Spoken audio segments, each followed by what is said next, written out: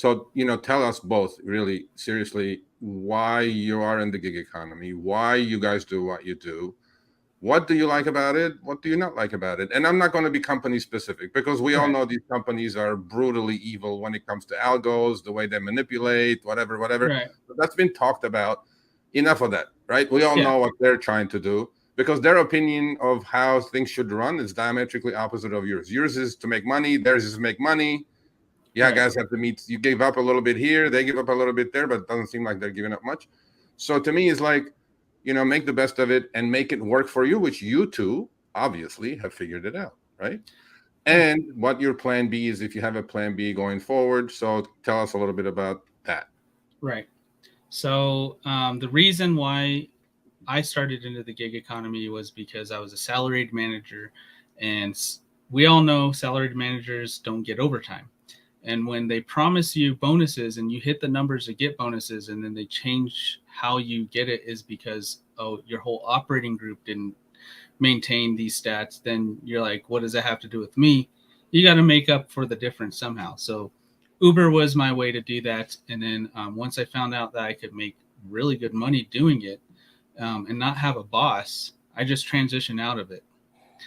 And then I got pulled back into the corporate world with the customer that we serviced, and found out it's not just the company I had worked for that does that kind of thing to you. So went back into full-time, been full-time since 2019, or right about 6 months before the pandemic started, all the way through the pandemic till now.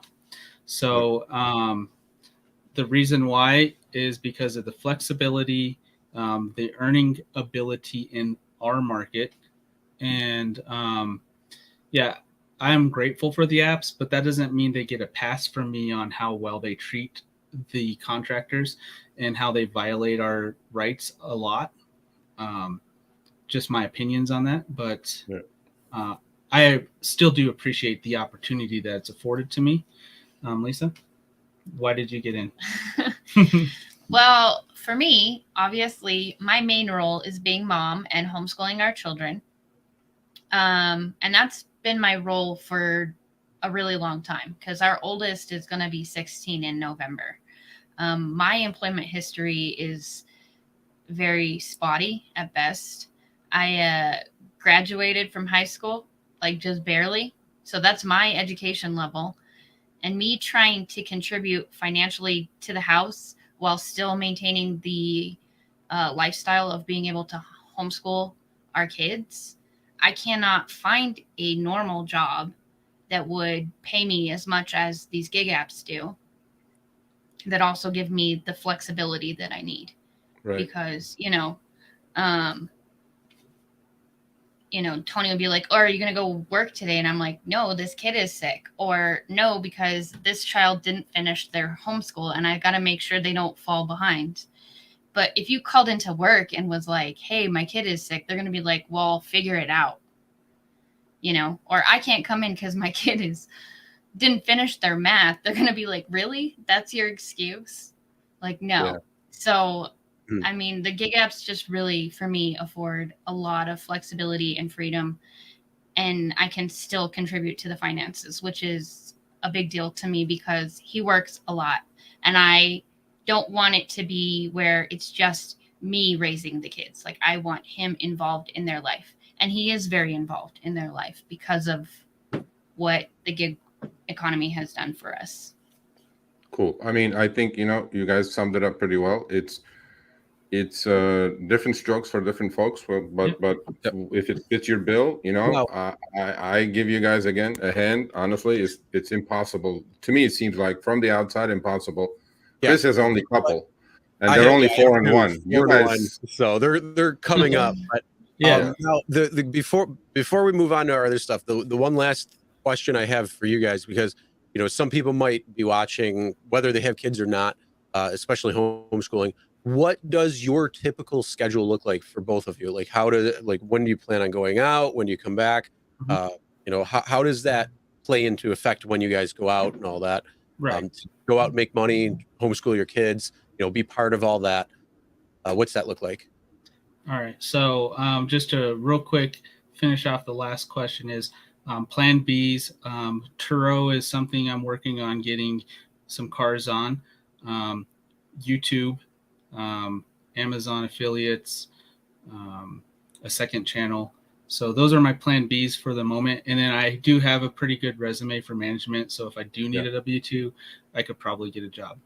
And then my schedule currently is 7 days a week until I hit $400 each day, with Wednesdays 100% off, where I can be available. Well, we've got a coffee in Colorado show on Wednesdays, but outside of that, no gig apps, where I'm available for the kids, both spending time with them or helping them with something that they're struggling with in math or science or something like that. And then Lisa?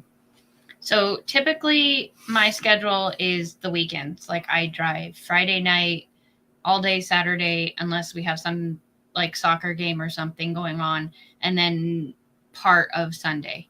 Right. But we're actually going to be kind of transitioning our schedule. Yep. I just got a Tesla rented to me. Second Tesla. And so the plan is for us to go basically do full-time hours Friday, Saturday, Sunday, and then the other 4 days of the week, both of us be home with the kids. And I'll be doing rideshare and food delivery as well. That's awesome. And we're going to have a Thursday night dashing date night dash off. Dashing date night dash off. So whoever loses is going to have some sort of punishment. We don't know, but you know, we share the bank account, so the loser or the winner is still paying for the date, but the winner gets to pick what we do. Yeah. Awesome. Nice. No, awesome. I mean, thank you. Seriously, you guys are awesome. Thank you. I know a lot of people are impatient, probably saying, "What does that have to do with rideshare?" But hey, this is what the gig economy will give people, or you know, the chance to work towards their plan B. You know, the flexibility at some. You know, Lisa almost sounded like an Uber commercial there, but well, I mean, you know I'm not. Like Tony says, like I'm not a huge fan of how they treat us. I'm not a huge fan of some of the manipulation tactics they use to make us take orders or take rides. But it can't be beat for the lifestyle that I want. And the way I drive is I make sure that Uber, definitely at least Uber, because I can utilize their programs that they give to us to make sure that they lose money every time I drive. Well, you know, that's what it is. You know, show me the money club. But the other thing too is, you know, if as Sergio said, you're like, oh, what does that have to do with rideshare? Look, it might say the RideShare Guy, but that was also started how many years ago when rideshare was king and food delivery really hasn't even been taken off at that point. You know, the gig economy has evolved, so it encompasses so much more than just rideshare and even food delivery. There's so much last mile. There's so many, you know, TaskRabbit, all these different things that you can do. Even you can include like Fiverr in there. So there's so many different things there. But one of the things when we say maximize your earnings, multi-apping. So if you don't have just Uber and Lyft, you know, adding DoorDash like you did during the downtimes when Uber and Lyft is not busy, you know, using that to your advantage to actually go out there and make money and being smart about it.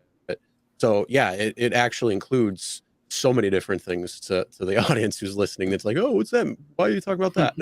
All right, thanks for watching. That short little clip was from our live stream, Show Me the Money Club with Sergio and myself, Tuesdays, 6 p.m. Eastern, 3 p.m. Pacific. Make sure you subscribe, turn on all notifications so you'll be notified when we go live, as well as all of our awesome content.